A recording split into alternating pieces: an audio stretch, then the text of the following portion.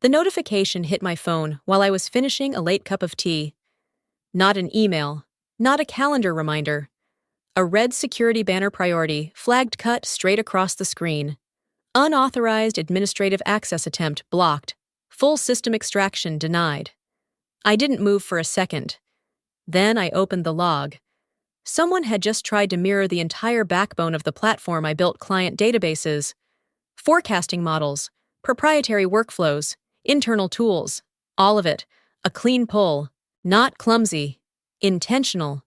The credentials belonged to Gavin Hale, 19 days into the company, newly appointed Vice President of Operations. I scrolled slowly, watching the timestamps stack up like footprints in wet cement.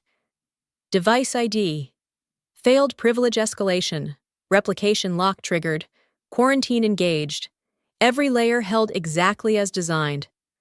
I wasn't angry yet. I was alert. This system wasn't IT support. It wasn't software someone bought off the shelf.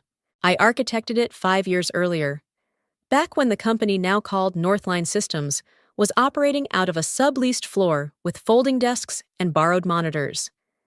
I built it under my own entity. I owned it. Every line, every dependency, every switch. And Gavin had just tried to take it. I exported the logs, encrypted them, and saved a copy off-site, then another. I labeled the folder plainly "Unauthorized Access Internal" by the time the sun came up. I already knew what this was. It wasn't curiosity. It wasn't a mistake. It was a test. At 9 o'clock sharp, I joined the weekly leadership call like nothing had happened. 20 faces, polite updates, performance metrics. Gavin's camera stayed off. Just his initials in a gray square, silent. An hour later, his email arrived. No greeting, no context. He informed me very formally that my services were no longer required, effective immediately. Then, in the same message, he demanded full administrative access to all infrastructure by close of business. I read it twice. Then I smiled, because what Gavin didn't understand, what he couldn't see from his job title, was that firing me didn't give him control. It triggered something else entirely. I replied with one word. No. How are you feeling today, if it's been a while since your last routine health checkup? It might be a good idea to schedule one soon. Even a simple visit can bring real peace of mind. Where are you listening from right now? What city or country? And if that moment made you pause for a second, consider subscribing to stay with me, because right after that single word, no, everything starts to shift.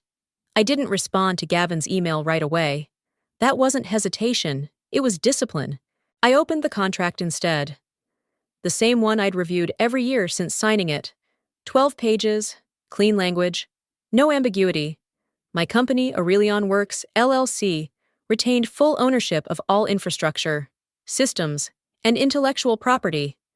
Northline Systems held a license to use it. Nothing more. Termination changed everything. I forwarded Gavin's message to my attorney, Marissa Cole. With one line, he fired me and demanded access in the same breath. Her reply came 7 minutes later. Do not grant access. He just stepped on a landmine. By mid-morning, HR sent a calendar invite titled Exit Process Alignment, Legal, Finance, and Gavin, Mandatory. 30 minutes. I joined on time. Cameras on. Neutral face. Gavin spoke first, crisp and confident, like someone used to rooms going quiet when he cleared his throat. He reiterated the termination, thanked me for my contributions, then pivoted smoothly. To ensure continuity, he said, we'll need immediate administrator credentials to transition ownership internally. I didn't interrupt. I waited until he finished, then spoke calmly. There's nothing to transition. Silence, I continued. The systems you're referring to are not company-owned assets. They're licensed. That license ended the moment you terminated the agreement. Finance shifted in their chair. Legal frowned slightly. Gavin smiled. Thin and patient. That's not how operational reality works. Freya, these systems run the company. I'm aware. I said, I built them. I shared my screen and highlighted one clause, Section 5. Subsection 4. Termination without cause. Immediate revocation of access. No transition period unless agreed in writing. Legal leaned forward. HR stopped typing. Gavin tried to regain control. We'll resolve this after access is transferred. No. I said again, access doesn't come first. Authority does. And right now, you don't have it. The meeting ended abruptly. No resolution, no agreement. 10 minutes later, my phone rang. The caller ID showed Elaine Porter. CFO, Freya, she said quietly. Can we talk? We spoke for 6 minutes. She asked careful questions. I answered precisely. No threats, no emotion, just facts. At 4 o'clock, per the contract. I initiated revocation. Dashboards went dark. Internal tools froze. Automated reporting stopped mid-cycle. No alarms, just absence. My inbox exploded. At 4:17, Gavin called. I didn't answer. At 4:24, the CEO called. Freya, she said, breath tight. The board is asking why operations just collapsed. I leaned back in my chair. Because, I said evenly, someone terminated the architect and forgot who owned the building. There was a long pause. Then she spoke the words Gavin never expected to hear. We're calling the founder. The founder hadn't been involved in day-to-day decisions for years. That was common knowledge. Marcus Ellery built Northline Systems, took it through early growth, then stepped back once the board formed. Strategic advisor, final authority on paper only. Or so Gavin believed. He was wrong. At 4:32, my phone rang again. Different number, no title attached. This is Marcus. The voice said, calm, older, measured. I'm told you shut down half my company. I didn't rush to respond. I followed the contract your board approved. I said, the shutdown was automatic once my license was revoked. A pause. Not defensive. Curious. Walk me through it, he said. So I did, slowly. From the beginning, how I built the infrastructure under my own entity when the company couldn't afford a full team. How every expansion, every automation, every reporting layer ran through systems I owned. How Gavin terminated the agreement and demanded access in the same message. Marcus listened without interrupting. When I finished, he asked one question. Did he read Section 5? I don't believe he did. I replied. Another pause. Then a quiet exhale. I wrote that section. Marcus said, because I've seen this mistake before. Within 10 minutes, an emergency board call was scheduled. No calendar theatrics this time, just urgency. I joined, cameras on, faces tense. Gavin was already speaking when I entered, mid-sentence, explaining temporary technical disruption. He stopped when he saw me. Marcus cut in immediately.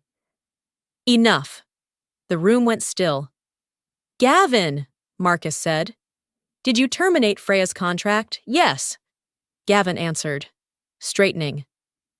To protect operational control. And did you demand full access immediately afterward? Gavin hesitated. That was part of the transition. Marcus didn't raise his voice. He didn't need to. You terminated the license, he said, which means you terminated access. That clause exists because ownership matters. Legal nodded. CFO avoided eye contact. Marcus turned to me. Freya, are you willing to restore services? Yes, I said, under reinstated terms and revised authority. He added, correct. There was no debate, no vote. Marcus spoke again. Gavin, you're relieved of decision-making authority effective immediately. HR will follow up. Gavin opened his mouth. Nothing came out. The call ended shortly after, 5 minutes later. I received written confirmation contract reinstated, access restored, governance review initiated. I brought the systems back online methodically, not rushed, controlled. Every module reactivated exactly as designed. By the next morning, Gavin's company email bounced. No announcement was made, none was needed. I didn't feel victorious. I felt steady, because this wasn't about winning an argument. It was about knowing your position, documenting it, and not blinking when someone tries to take what isn't theirs. And once the founder steps back in, the illusion of power disappears fast. Observant viewers will notice something unusual here. What about you? The office didn't celebrate. There were no emails marked resolved, no all-hands meetings, no carefully worded announcements about organizational alignment. Power shifts at this level rarely come with applause. They arrive as silence. By the next morning, Gavin's name was gone from the internal directory. His access badge deactivated. His calendar wiped clean.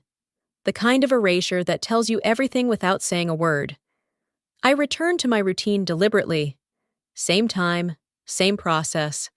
I reviewed overnight logs, verified system integrity, and confirmed that every module had come back online cleanly. No corruption, no data loss.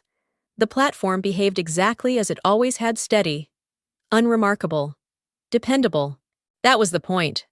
At 10:15, Elaine from finance requested a private call. She didn't waste time. "You were right," she said, "about all of it." I thanked her, but didn't linger there. Vindication wasn't the objective. Stability was. She explained what I already suspected. Gavin hadn't asked questions when he arrived. He issued directives, assumed authority without mapping dependencies, tried to consolidate control before understanding the foundation he was standing on. He thought systems were replaceable, Elaine said quietly, that we could rebuild in parallel. I pictured the architecture in my head, the interlocks, the custom dependencies, the logic woven through 5 years of decisions. Replaceable wasn't the word. Later that afternoon, Marcus called again. This time, less formal. I should have stayed closer. He admitted, "That one's on me." I appreciated the honesty. Few founders ever say that out loud. He asked if I'd be willing to help restructure governance around the platform, clearer boundaries, escalation protocols, protections that didn't rely on personalities. "Yes," I said, "but only if it's written." He laughed softly. "I expected you'd say that." Over the next week, we worked quietly. Legal drafted amendments. Authority lines were clarified. Any future executive access required dual approval, technical and contractual. No exceptions, no ambiguity. I wasn't given a new title. I didn't ask for one.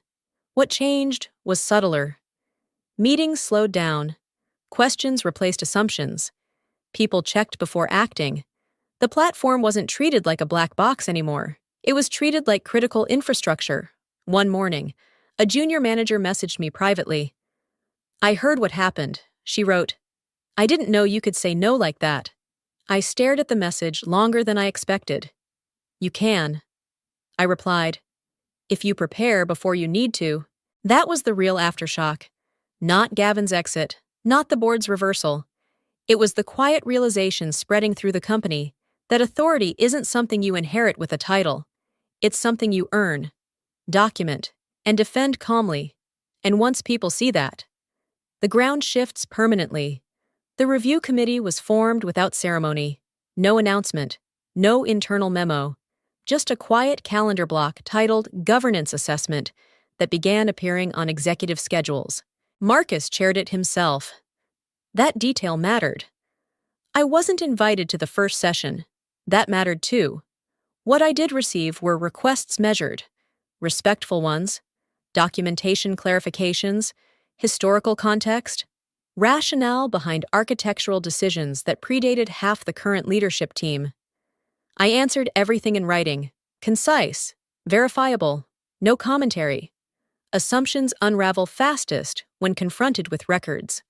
2 days later, Marcus asked me to join the second session. Cameras on. No slides. He opened with a single sentence. "This review isn't about blame. It's about understanding how close we came to losing control of our own operations." No one disagreed. Legal outlined the risk exposure plainly. If the platform had been compromised, the company would have faced immediate compliance violations.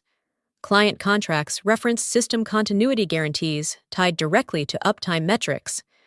A forced rebuild would have triggered penalties no insurance policy covered. Finance followed. Replacement cost estimates: 12 to 18 months, 7 figures, best case. No one mentioned Gavin by name. They didn't need to. Marcus turned to me. Freya, if you hadn't documented ownership the way you did, how exposed would we be completely?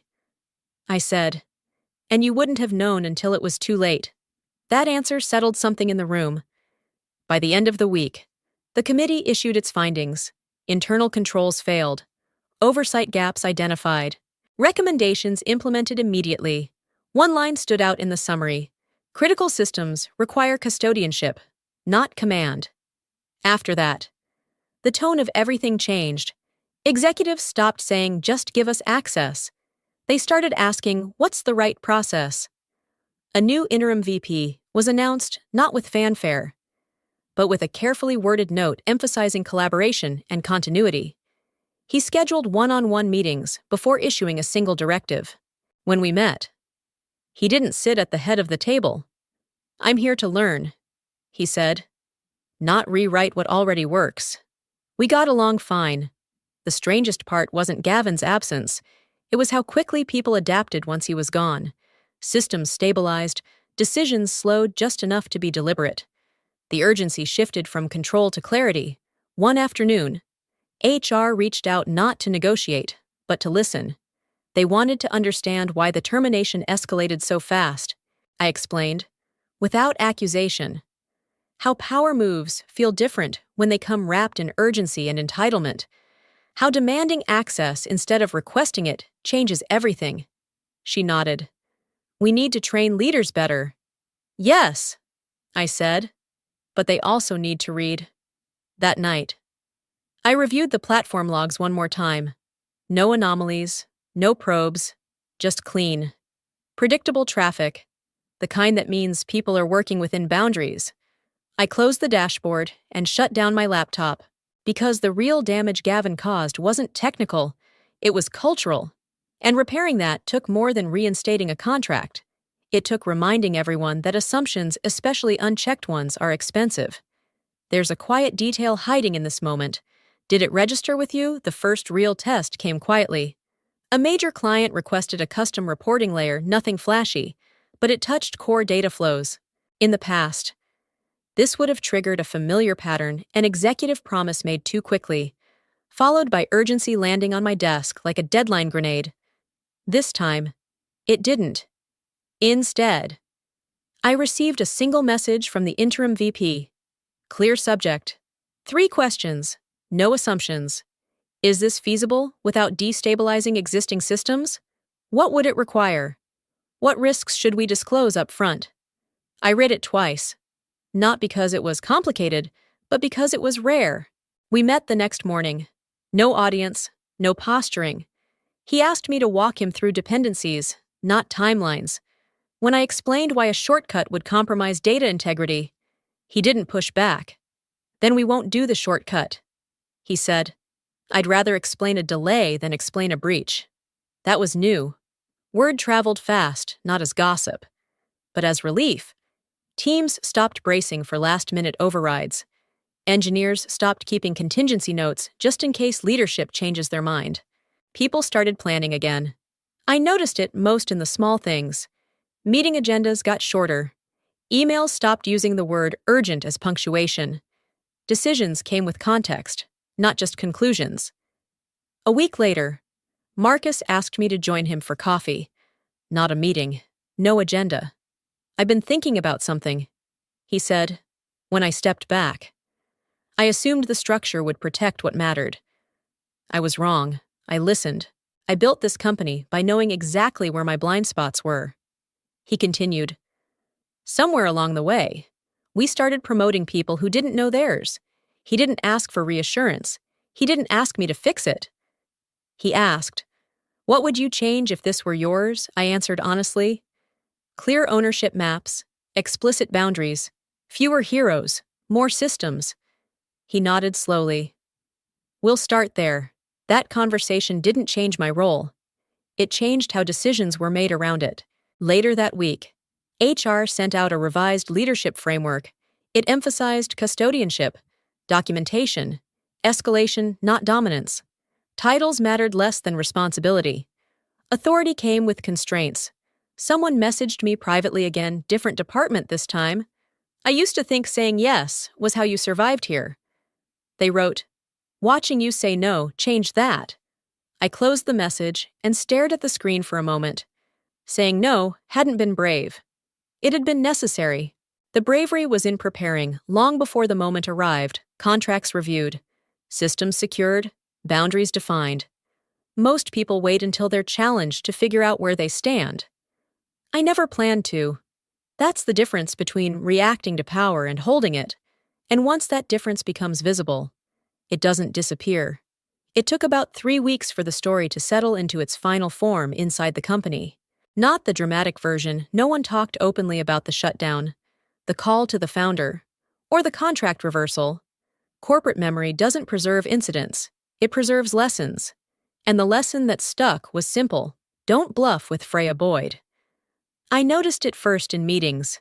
People stopped talking around me and started talking with me. Questions came earlier.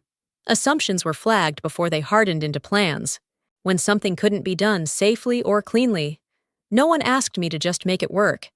Andrew Fitzgerald, the interim VP, set the tone without ever referencing the incident. If Freya raises a concern, he said once. Casually, we pause and listen. That's not politics, that's risk management. No one argued, outside the company. The shift was quieter, but just as real. A former colleague from another firm reached out, asking if I'd be open to advising on a systems audit. Then another. Word travels in professional circles, even when names aren't attached. Someone had said no, and the building hadn't collapsed. That alone was noteworthy. One afternoon, Marcus forwarded me a draft of the revised governance charter. He'd added a section himself. Critical infrastructure shall not be reassigned, replicated, or overridden without custodial review and documented consent. I didn't comment. I just replied. Looks good. Because at that point, it wasn't about me anymore. The company had learned something fundamental: speed, without understanding, is fragility. Titles don't replace diligence, and control that isn't earned is temporary.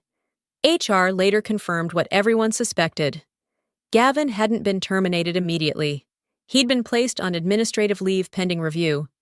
That review never ended in his favor. No public explanation, just a quiet departure. People like that rarely explode on exit. They evaporate. A junior engineer stopped me in the hallway one day. Hesitant. Nervous. I just wanted to say thank you, he said, for holding the line. I asked him what he meant. My last company lost everything because leadership overrode the people who built it. He said, this felt different. It was that night. I updated my own documentation, nothing urgent.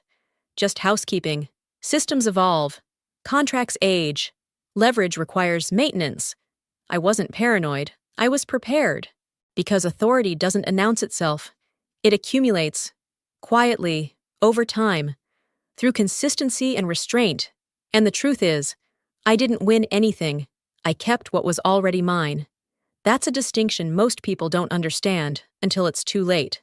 It would have been easy to reduce everything to Gavin's arrogance.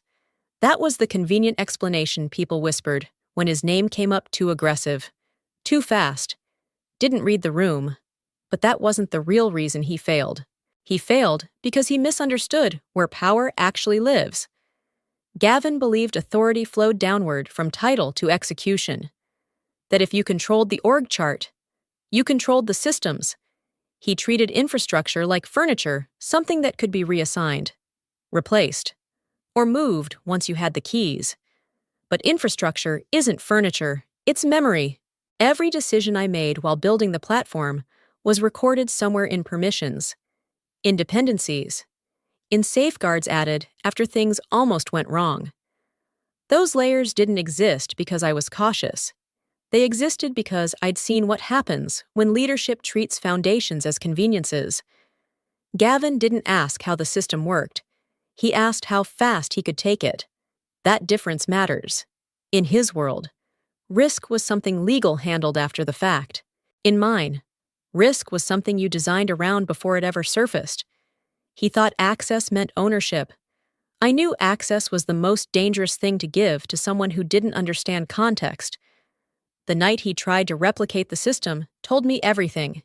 No heads up, no request, no conversation. Just an assumption that admin credentials were a right, not a responsibility. That's not confidence. That's impatience. I documented the attempt not because I planned to use it against him, but because documentation is how you protect reality from revision. Without it, stories get reshaped, intentions get reframed, facts blur. After the review committee concluded, Marcus shared something quietly with me. Gavin thought you were a vendor, he said, not a stakeholder. That miscalculation cost him everything. Because vendors are replaceable, stakeholders aren't. A vendor delivers, a stakeholder defends. That's why he didn't see the trap he walked into. He thought termination created leverage. He didn't understand it removed it. Weeks later, during a cross-functional meeting, someone joked lightly, "Let's make sure this doesn't turn into another Freya situation." People laughed, not nervously, respectfully. I didn't. Not because I was offended, but because reducing it to a cautionary tale missed the point. This wasn't about me being difficult or protective. It was about systems outlasting egos. Titles rotate, executives come and go. But infrastructure, real infrastructure, has memory. And if you ignore that, it will correct you. Quietly or violently. Gavin never understood that. By the time he realized control wasn't something he could demand, the system had already answered for me. About a month after everything stabilized, an email landed in my inbox that felt carefully engineered. Polite. Considered. Written by someone who understood timing. A board member I'd barely interacted with suggested we formalize my position. The proposal was substantial and executive title. Equity. Internal authority spanning operations and technology. The message wasn't explicit, but the meaning was clear step inside. Make it official. Stop standing apart. I didn't answer that day. That evening. I sat alone at my desk and reread the message slowly. It was the kind of offer people wait years for.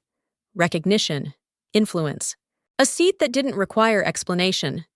But I'd learned something important over the past weeks. Authority attached to a title is conditional. Authority attached to structure is not. The next morning, I asked for a call. I thanked him first, sincerely.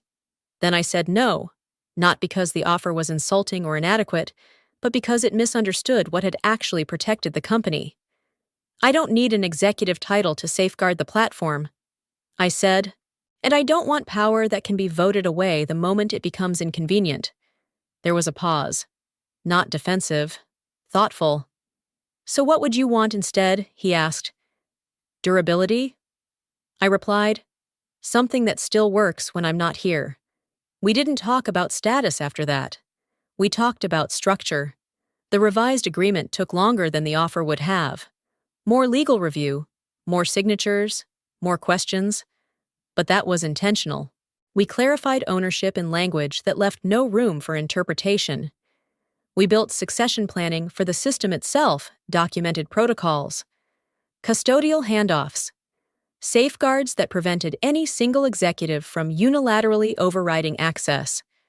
No hero roles, no shortcuts. When it was finalized, nothing was announced internally. There was no congratulatory message, no title change, just a quiet update to how things worked. And that was enough. Something subtle shifted after that. People stopped treating my situation as an anomaly. It became a reference point. New managers were briefed on access boundaries during onboarding.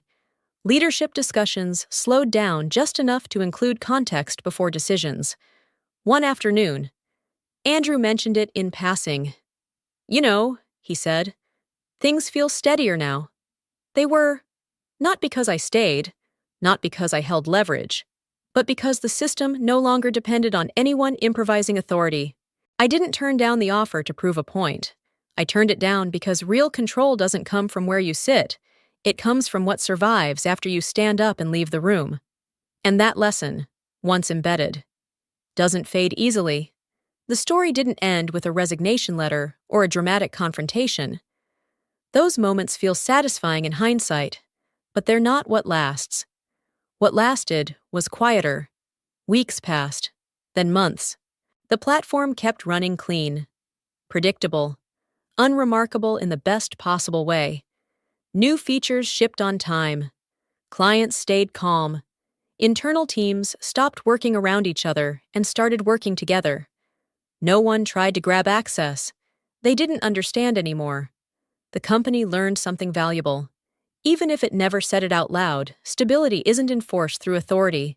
It's earned through respect for what already exists. I stayed involved, but not central. That mattered. The systems were documented well enough that no one needed to lean on me, just to function. I reviewed changes. I flagged risks. I said yes when it was safe and no when it wasn't. And both answers were accepted. Marcus eventually stepped back again.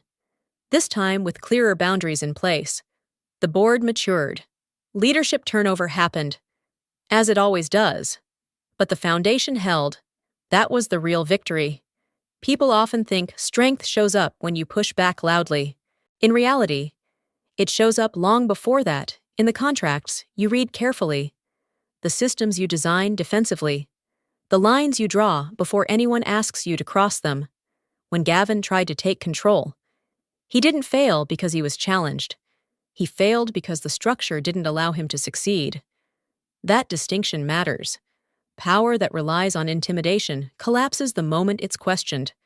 Power that's embedded in process doesn't need to raise its voice. I never needed to raise mine. If there's one thing this experience reinforced, it's this: your work has more value when it can outlast you. When it doesn't require your presence to function. When it doesn't crumble the moment someone new arrives with confidence and a title. That's what real ownership looks like. Not dominance, not visibility, endurance. And once you build something that endures, you don't have to fight to keep it. You just have to be willing to say no once at the right moment. I realized that a person's true value isn't found in the titles they're given, but in what they build silently when no one is watching. I learned that when you truly understand your own worth and the work you've created, no one can easily take that away. No matter how much authority or confidence they claim to have. There are moments in life when you're pushed to align, give in to keep the peace, or stand firm to protect what's right. I chose to stand firm, not because I was stronger than anyone else, but because I had prepared long enough that I didn't have to be afraid when the test finally came. And I believe many of you listening have faced moments like that, too quiet, lonely, but rooted in self-respect. If you're still here listening, did you stay until the very end? I hope you did. Because sometimes hearing the right story at the right time is enough to give us a little more courage. After you finish listening, remind yourself of one simple thing. Don't keep postponing your routine health checkups. Taking care of yourself isn't selfish, it's responsibility. Where are you listening from today? What city or country? Leave a comment and let me know. I'd genuinely love to hear from you. And if this story meant something to you, gently tap like, share it with someone who might need it, and subscribe to the channel so we can meet again in the stories ahead. In the stories ahead. In the stories ahead. In the stories ahead. In the stories ahead. In the stories ahead. In the stories ahead. In the stories ahead. In the stories ahead. In the stories ahead. In the stories ahead. In the stories ahead. In the stories ahead. In the stories ahead. In the stories ahead. In the stories ahead. In the stories ahead. In the stories ahead. In the stories ahead.